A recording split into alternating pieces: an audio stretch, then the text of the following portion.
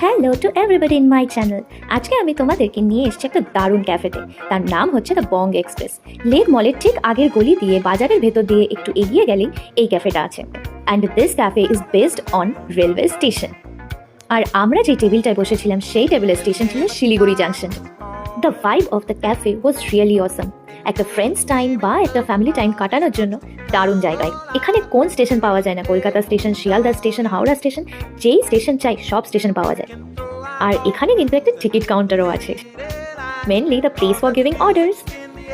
এই ক্যাফেটার একটা ground floor এবং ফার্স্ট ফ্লোরও আছে। নাম্বার অফ পিপল হিসাবে এখানে কিন্তু টেবিল দেওয়া হয়। দেখতে দেখতে এখানে কিন্তু ট্রেনও চলা শুরু হয়ে গেছে, অ্যান্ড ট্রেনগুলো দেখে সত্যি নিজেদের ছোটবেলা মনে পড়ে যাচ্ছে।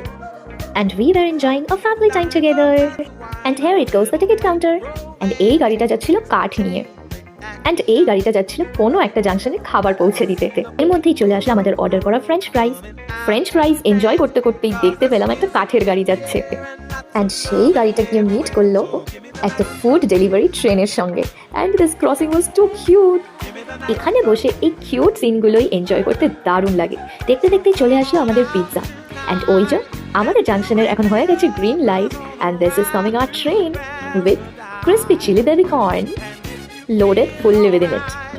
তারপর আমরা নিজেদের মধ্যে সার্ভ করে নিলাম, বললে ওরাও সার্ভ করে দেয়। And C the cute West collected train. এইভাবেই আমরা এনজয় করলাম আমাদের ক্যাফে টাইম।